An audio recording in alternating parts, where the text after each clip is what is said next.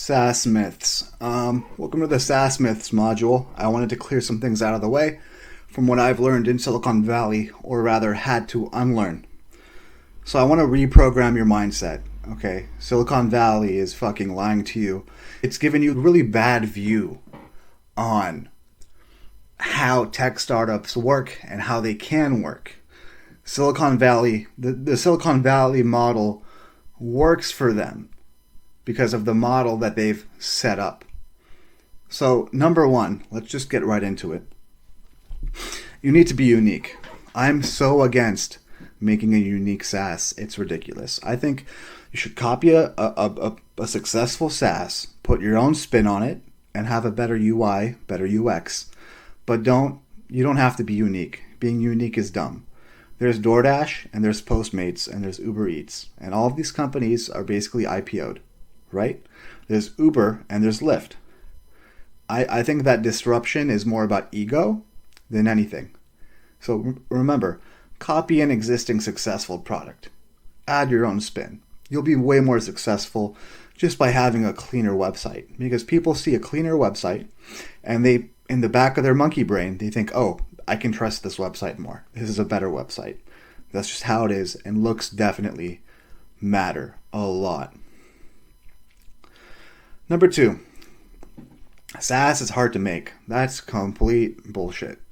A PaaS is hard to make. SaaS is fairly easy to make. The hard part is getting users. The easy part is the tech part, especially nowadays. It was difficult to make a SaaS 20 years ago. It can be difficult if you don't know what you're doing. But SaaS is not exactly super difficult. It's more like a logic puzzle, okay? Sales, growth hacking, user acquisition is much, much more important. If you can run a business, you can run a SaaS. Number three, SaaS is expensive to make. Like I said, it can be very expensive if you don't know what you're doing. Okay, the Silicon Valley model involves pumping lots of money into ads. You don't need that. The Silicon Valley model involves hiring tons of Western engineers that you do not need. You don't need a lot of money if you know what you're doing. You really don't. So the whole Silicon Valley model, it works like this. Right, there's Facebook, Amazon, Netflix, and Google, right? And most of the people investing in companies have most of their net worth in FANG. Facebook, Amazon, Netflix, Apple, Google. 30% of VC investments go straight into FANG through AWS costs, Google ads, and Facebook ads.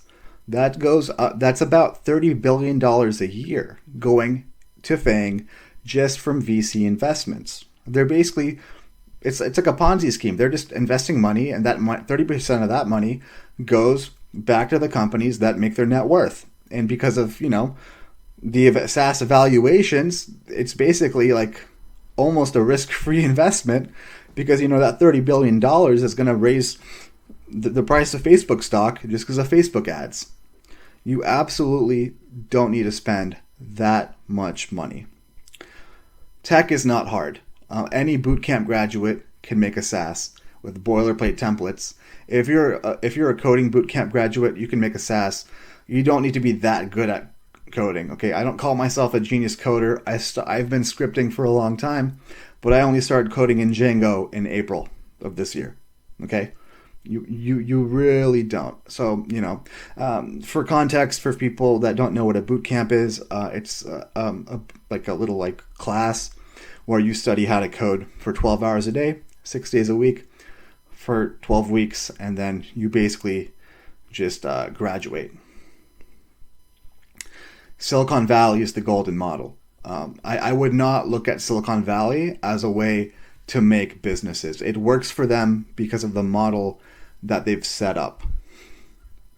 It's not a good model you should copy, and I wouldn't recommend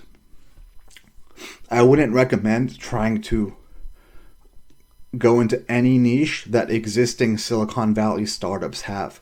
You should niche down further. Don't try to compete with Silicon Valley tech startups. go to a smaller niche. They're trying to make billions. You want to make millions. And they're leaving those millions on the table for, the problems that they personally find either too boring, not sexy enough, or not nerdy enough. There's less money on the table, but you'll have a bigger piece of the pie, and you don't have to compete with them. They really tend to ignore smaller niches. Number 5 or 6, I don't know which one we're on, but you need strong tech skills. I don't want to repeat myself, but yeah, I would say the best people for making millions in SaaS are going to be marketers or SEO people. If you can do internet marketing and SEO, you could probably beat my ass in SaaS. And that's honestly why I'm partnering with these people. The problem with these people is they're scared of coding because tech dorks make it look like it's super intimidating or difficult. And they just kind of want you to stay in their lane so they feel special. But honestly, tech is only 10% of the challenge. You absolutely don't need to have super strong tech skills. Unless you're going to copy Facebook or Google, and frankly, you're not going to scale that way. You're not going to scale to that size. So there's really no reason to do it. I mean, you can get $1 million bag if you can get a SaaS that makes 20 grand a month of recurring revenue with under 5% churn.